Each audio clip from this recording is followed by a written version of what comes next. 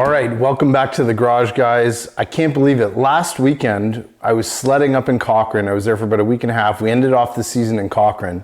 I'm standing in my shorts and t-shirt in my garage today. It's about 26 degrees outside. Boat's in the driveway. I've already been fishing once. It's amazing, but Mother Nature was certainly a challenge this year. I'm really excited for today. I'm gonna spend the bulk of this video really honing in on this Ski-Doo 850 Backcountry X that I picked up at the beginning of the year. So for those of you guys who follow the channel, know that I got rid of the Mach Z at the beginning of the season, just fell in love with this Backcountry X. Have always kind of had an interest in, doing some off-trail stuff and some backcountry exploring. And really this is the sled that Ski-Doo puts out there as their true 50-50 sled. And what I wanted to do is just spend, some time. I spent 3,500K this year of the 10,000 kilometers I've ridden on this sled. And I got a lot of questions throughout the year. In fact, most of the questions I've had from you guys has really been pertaining to this Backcountry X. So I'm gonna go through kind of a thorough overview of the sled, just in terms of everything that I experienced with it this year. I had most of the time was really riding this on trail. And I really didn't get as much off-trail riding as I was hoping to until the end of the season. That's when Cochrane got all the snow.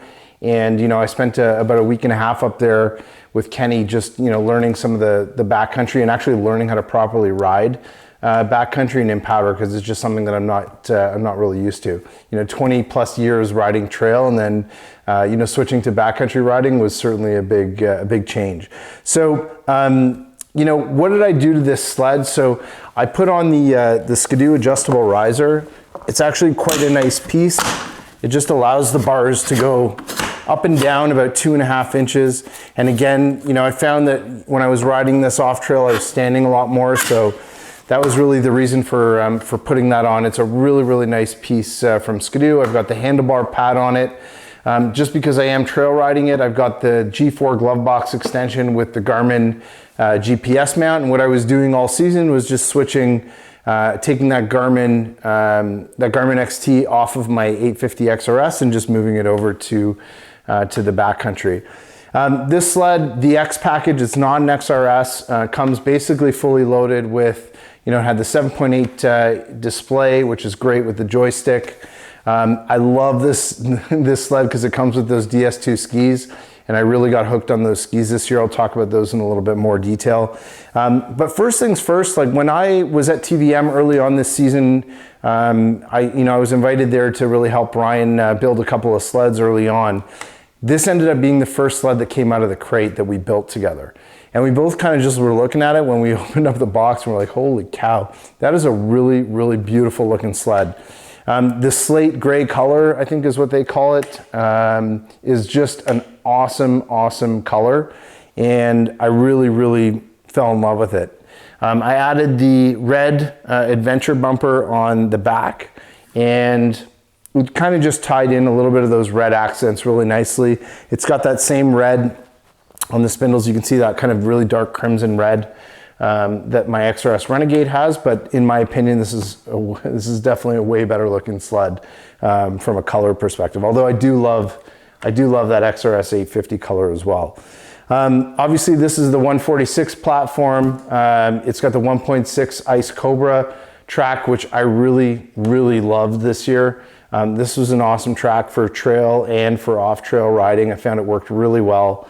And basically, any conditions you throw at this thing, you really notice it when you get into some of the, if you get a heavy snow overnight and there's not been grooming the next morning, let's say, the sled would track so straight and work really well in any of the fluffy stuff. And again, that's a combination because of the DS2 skis as well as that 1.6 inch track at the back. And, I really like that combination so far. In fact, next year, whatever sleds we have coming, most of them will have a 1.5 inch track. And we actually ran the DS2 skis on my Renegade XRS for the last part of the season as well. Really, really great combination overall. What else? I threw on the Ultimax XS821 belt. So I put those pretty much on all my sleds. And I also added E-Link, which you guys know that we love. And certainly, you know, we talked a little bit about in the previous review that we did on my Renegade XRS 850, the Gen 4 version of the E-Link. We actually like this one better. And you know, we just had some issues with that newer one, so I love the E-Link for this. I got my custom Sledaddicz anodized black gas cap on here as well. And oh, the other thing I did add to this as well is, and I'll try and get a close-up of these for you, but I added the knurled Ski-Doo grips as well. So these are a little bit grippier. I didn't put this one on. For some reason, this one didn't stick as well as this one, but it's besides the point. I really like the feel of these. And of course, this custom brake lever that I found as well. Jeff's been running one on his Renegade. Mine's a little bit different. It's just kind of an ergonomic brake lever that you can rest your two fingers into, and it's a little bit closer to the bars. So that's pretty much it in terms of setup. You know, obviously I've got different link bags for it. This one in particular with the shovel, and then I've got, you know, all my other link bags which go on, you know, gas caddy and all that stuff, which is pretty standard. So let's start with the sled. What's really crazy is I haven't ridden a bigger sled than a 136 really, especially on the trail, and I wasn't really sure what to expect. I was thinking, okay, this is gonna be a bigger sled, it's gonna push a lot more, it's gonna be a real handful. For the types of trails that we ride, which are, you know, a lot of Cochrane running, a lot of Quebec running, straight, wide, fast, this thing's amazing. It's awesome. It stays stuck to the trail, and I would say in terms of fun factor, this is the most fun sled I've ever ridden. Just because of that uncoupled skid, every time you kind of get over to those little crests in the trail, you can wheelie over them so easily. And I would say this sled, for some reason, and again, I don't really know why, it definitely feels smaller and lighter. So go figure. I mean, I compared this to my Renegade XRS all season. And even when I got a chance to take Mona out for some sledding around Kitchener, I started her on that XRS 850 Renegade, and she complained after 10 minutes it was too hard for her to steer. She went on this thing, she loved it, rode it the rest of the day. So for some reason, this sled is much lighter on the skis, and it, to me, has what I'm always striving for, which is really light steering effort, but still great carving and really good cornering. And to me, this sled does it. And I really, really loved the fact that it felt easy to ride for 300, 400K days, no problem. So I would say, you know, that in itself was a big surprise for me. Something that I wasn't really expecting to get out of a sled that's obviously, you know, a little bit bigger. So, so the lighter steering, awesome. The fun factor in this sled, like I said, it's definitely the most fun I've ever had. Even when I learned, you know, and I'm not a powder rider. You know, you guys know, again, most of my experience is on trail. But when I started learning how to actually ride in powder, carving it was really easy, tips up on the side. You can kind of run it on one ski back and forth pretty nicely. This does have the 39-inch front end versus the 43-inch front end that comes on the Renegades and the trail sleds. Now, you will notice it's going to be a little bit tippier, and that was the first thing Jesse said when he got on it and he was riding it for a bit. He said, oh, you know what, like the inside ski's lifting quite a bit, and he felt that it was definitely tippier. I think I had just gotten used to it because I was riding it for so much this season. But the other thing we found with the stock carbides or any kind of single carbide, you know that those are going to really bite aggressively. And that's where we found when we switched over to the Bergstrom carbides on these DS2 skis, that virtually was reduced quite a lot, and it didn't have the same kind of you know, manners in the corners where it was kind of picking up that inside ski. One of the things we also know is they make a front end kit for this too. So you can widen this, and that would certainly be something. I know my buddy Jamie has done it on his previous backcountry. So for all the guys that are really gonna, if you're gonna ride 80% trail, but you want a 146 and you want something that you can go off trail with a bigger lug track, that could be a great option to turn this into a better, even better handling sled. Personally, for me, I loved it the way it was. I could ride it all day long, no problem, the way it sits. But it's certainly something to consider. The 146-inch track, amazing hookup. For some reason, again, this sled, I know it's geared lower, but even still with the lower gearing, you would think that it would spin. It's not even studded. I find that in comparison to the Renegade, this thing hooks way better. It actually picks those skis, like it squats and it goes, whereas my Renegade will really stay stuck to the trail. And when you hammer the throttle on the Renegade, I find that you get a lot more track spin on that sled than you do something like this. So again, uncoupled skid, I'm sure has a lot to do with it, but I would say in terms of like track preference, I'm probably not going to be running a 1.25 track any longer. I'm definitely going to be going with a 1.5 or bigger, even for my trail sleds.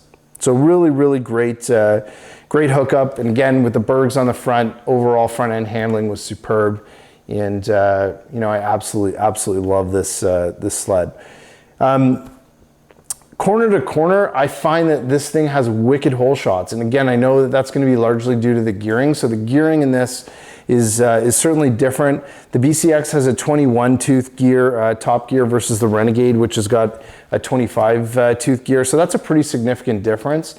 And it always feels like it's just ready to go. And that's the thing that I really love. For trail riding, that's kind of what I'm always looking for in terms of like clutch setup.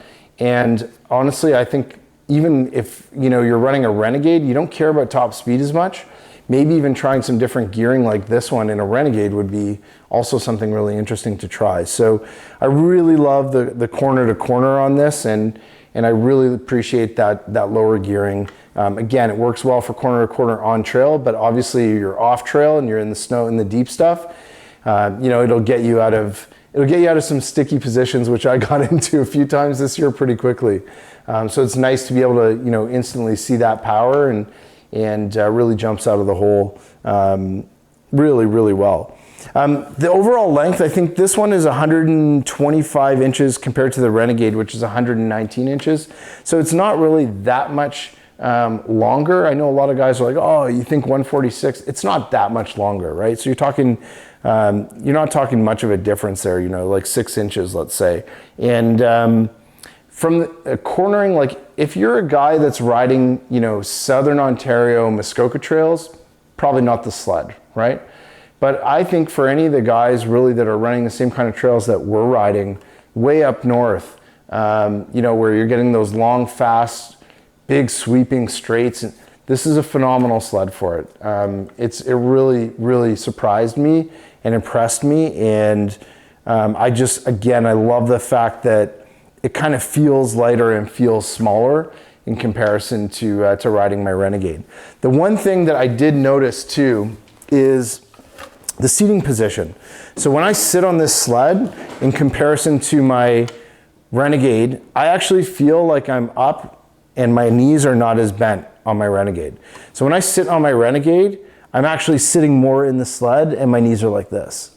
So I really love the fact that I'm almost like more over top, more rider forward on this sled, even in comparison to the Renegade trail sled. And again, obviously got something to do with the geometry of the sled, but it's certainly a different seating position. And for me, my preference is definitely the way that I sit on this machine in comparison. So overall, for a guy who's never ridden anything more than like a 137 on trail and somebody who's kind of interested in learning more backcountry, this is certainly the sled to do it. It really is truly a great 50-50 sled. It's an awesome trail sled.